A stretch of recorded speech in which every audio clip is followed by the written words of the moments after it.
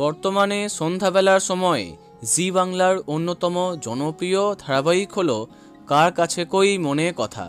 জনপ্রিয়তা অর্জন করলেও বর্তমানে টিআরপি তালিকায় প্রতিপক্ষের থেকে একটু পিছিয়ে।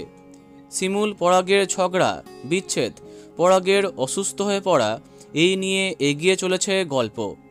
পরাগকে বিষ খাওয়ানোর মিথ্যে অভিযোগে শিমুলের নাম জড়ায়। এইবার শাশুড়িও তার পক্ষ নেয় না, যদিও শিমুল প্রতিজ্ঞা করে সব সত্যি সে সামনে নিয়ে আসবে। এরই মাঝে উঠে এলো এই ধারাবাহিক নিয়ে একটি বড় আপডেট। প্রথমে সোশ্যাল মিডিয়া এবং তারপরে দু একটি নিউজ পোর্টালেও এই খবর ছড়িয়ে পড়েছে, যদিও কনফার্ম জানা যায়নি। গুঞ্জন অনুযায়ী জি বাংলার কার কাছে কই মনে কথায় আসছেন জনপ্রিয় টেলিনায়ক হানি বাফনা।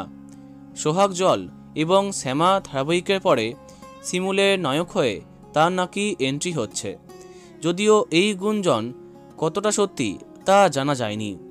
তবে শোনা গেছে পরাগের পরিবর্তে হানিকে দেখা যেতে পারে শিমুলের নায়ক হিসেবে, আর টিআরপিতে উঠে আসতে এমনটা হবার সম্ভাবনাও যথেষ্ট আছে।